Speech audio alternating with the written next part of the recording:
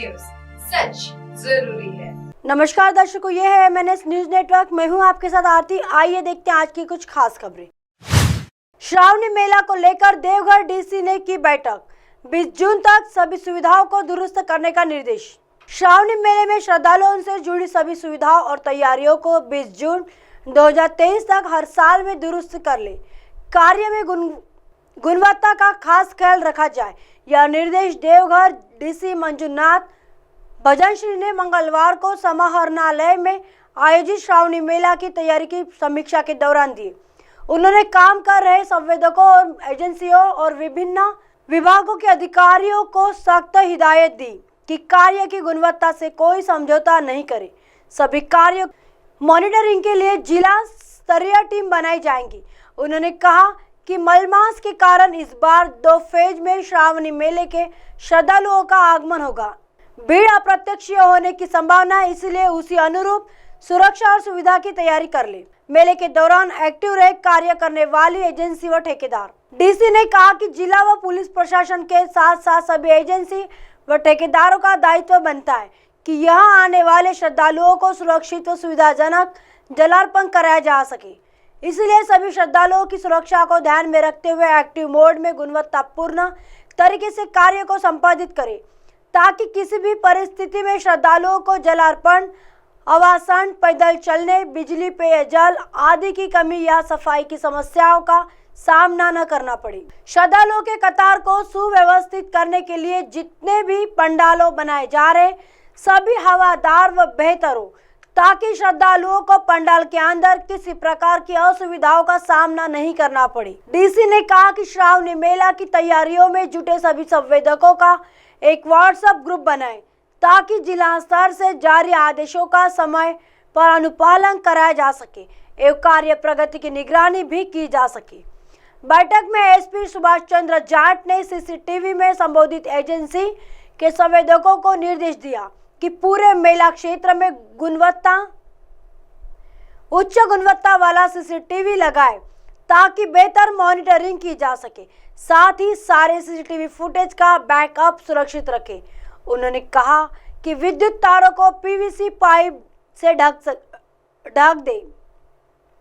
Barricading के लिए pipe को अच्छी तरह से गड्ढा करके लगाए गए। बैरिकेडिंग की चौड़ाई सभी जगह समान रहे, ताकि श्रद्धालुओं और पुलिस पदाधिकारियों का आवागमन सही तरीके से हो सके। बैठक में जिले के सभी वरीय पदाधिकारी और विभिन्न विभागों के अधिकारी मौजूद थे। आइए देखते हैं अगली खबर की तरफ। महाराष्ट्र कम बारिश से फसल नुकसान होने पर भी किसानों को मिलेगा मुआवजा। एकनाथ शिंदे सरकार ने की बड़ी घोषणा। महाराष्ट्र की एकनाथ शिंदे और बीजेपी गठबंधन की सरकार ने राज्य के किसानों को बड़ी राहत देते हुए बड़ी घोषणा की है। अब तक किसानों को केवल अधिक बारिश होने से फसल बर्बाद होने पर ही मुआवजा दिया जाता था, लेकिन अब राज्य के किसानों को कम बारिश होने पर फसलों के नुकसान पर भी मुआवजा दिया जाएगा। किसानों को दिए जाएंगे 1500 करोड़ रुपए। शिंदे महाराष्ट्र के मुख्यमंत्री एकनाथ शिंदे ने किसानों को राहत देते हुए कहा कि अभी तक सरकार की तरफ से भारी बारिश में हुई फसलों के नुकसान का मुआवजा तो दिया जाता था, लेकिन कम बारिश में खराब हुई फसलों का कोई मुआवजा नहीं दिया जाता था। लेकिन अब हमारी सरकार ने तय किया है कि कम बारिश से खराब हुई फसल की भरपाई के लिए किसानों को 1500 करोड़ रुपए दिए जाएंगे। एकनाथ शिंदे ने कहा यह किसानों को सरकार है। एकनाथ शिंदे ने कहा यह किसानों की सरकार है। मुख्यमंत्री एकनाथ शिंदे ने किसानों के लिए बड़ी घोषणा करते हुए कहा, हमारी सरकार ने किसानों को राहत देने की घोषणा की है। यह सरकार किसानों की और गरीबों की सरकार है। इससे पहले की महाविकास आघाड़ी सरकार ने किसानों के साथ धोखा किया, उनसे जो वादा किया था उसे पूरा नहीं किया। इसी साल अप्रैल में किसानों को 63.1 करोड़ रुपए दिए गए थे मुआवजे। गौरतलब है कि इसी साल अप्रैल में महाराष्ट्र सरकार ने 70,000 से अधिक किसानों को मुआवजे में 63.1 करोड़ रुपए दिए थे। वैसे किसानों को राहत दी गई थी जिनके फसल भारी बारिश और ओलावृष्टि में खराब हो गए। आइए देखते हैं अगली खबर की तरफ। महाराष्ट्र में वारकरी तीर्थयात्रियों पर लाठीचार्ज के बाद बवाल। एनसीपी बोली कुप्रबंधन ने वार्षिक उत्सव पर लगाया धब्बा। महाराष्ट्र में विपक्ष ने रविवार को पुणे में पुलिस की ओर से वारकरी तीर्थयात्रियों पर कथित रूप से लाठीचार्ज का आरोप लगाते हुए शिंदे फडणवीस सरकार पर निशाना साधा। बता दें कि वारकरी तीर्थयात्री भगवान विष्णु के अवतार माने जाने वाले भगवान विट्ठल के भक्तों को कहा जाता है। बताया जा रहा है कि घटना उस समय हुई जब तीर्थयात्री जुलूस के रूप में पुणे शहरी से 22 किमी दूर स्थित आलंदी शहर के संत ज्ञानेश्वर महाराज समाधि मंदिर में प्रवेश पाने की कोशिश कर रहे थे। औपचारिक जुलूस पंढरपुर की वार्षिक आषाढ़ी एकादशी तीर्थ यात्रा का एक हिस्सा था। उधर पुलिस ने कहा कि कोई लाठीचार्ज नहीं हुआ है, लेकिन ये भी माना कि पुलिस और भक्तों के बीच बहस हुई थी। घटना के बाद विपक्षी दलों ने दावा किया कि पुलिस ने वारकरियों पर लाठीचार्ज किया और उच्च स्तरीय जांच और कड़ी कार्रवाई की मांग की। पिंपरी चिंचवाड़ के आयुक्त विनय कुमार चौबे ने कहा, पुलिस ने किसी भी अप्रिय घटना को रोकने के लिए मंदिर के न्यासियों के साथ विस्तृत व्यवस्था की और बैठक की थी। उन्होंने कहा कि जब पुलिस एक समय में 75 श्रद्धालुओं के जत्थे भेज रही थी, तब कुछ लोगों ने बैरिकेड्स तोड़ दिए और मंदिर में प्रवेश करने की कोशिश की। पुलिस की ओर से वारकरियों पर लाठीचार्ज करने के आरोपों को खारिज करते हुए चौबे ने कहा कि जब पुलिस ने उन्हें रोकने की कोशिश की तो विवाद हो गया। एनसीपी सांसद ने घटना को वार्षिक उत्सव पर धब्बा बताया। इस बीच एनसीपी की कार्यकारी अध्यक्ष और लोकसभा सदस्य सुप्रिया सुले ने इस घटना की निंदा करते हुए इसे वार्षिक उत्सव पर धब्बा बताया। सुप्रिया सुले ने कहा कि वारकरियों पर लाठीचार्ज की घटना के लिए मैं राज्य सरकार की निंदा करती हूँ।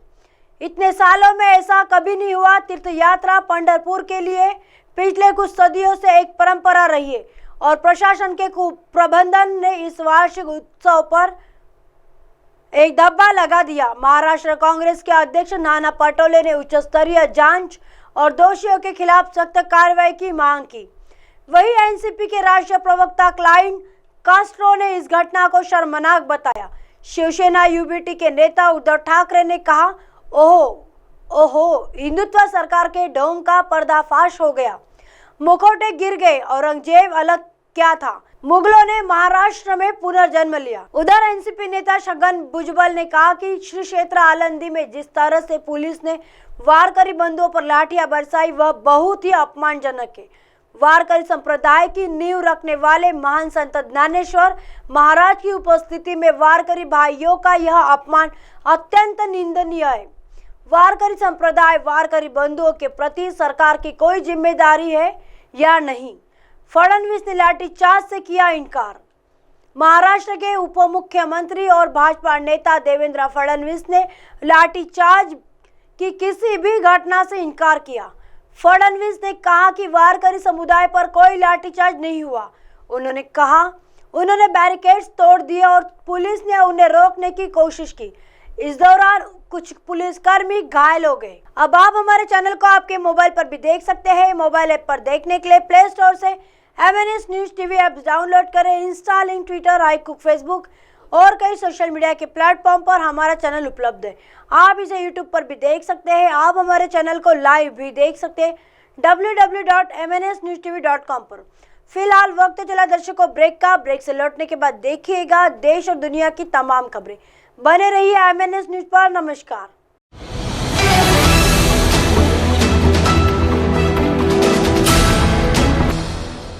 ये है MNS न्यूज नेटवर्क और आप देख रहे हैं MNS न्यूज।